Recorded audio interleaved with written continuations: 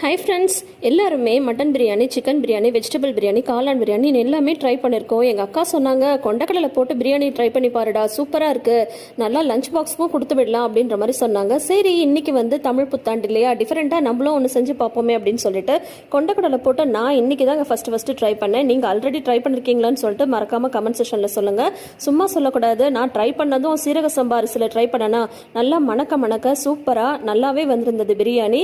இதுவும் ஒரு டிஃப்ரெண்ட்டான டேஸ்டோட ரொம்ப நல்லாவே இருந்தது. நீங்களும் ட்ரை பண்ணி பாருங்க, எப்படி இருந்தது, உங்களுக்கு பிடிச்சதா அப்படின்றத மறக்காம கமெண்ட் செக்ஷன்ல சொல்லுங்க. தொடர்ந்து வீடியோஸ்க்கு நம்ம சேனலை சப்ஸ்கிரைப் பண்ணிக்கோங்க. தேங்க்யூ.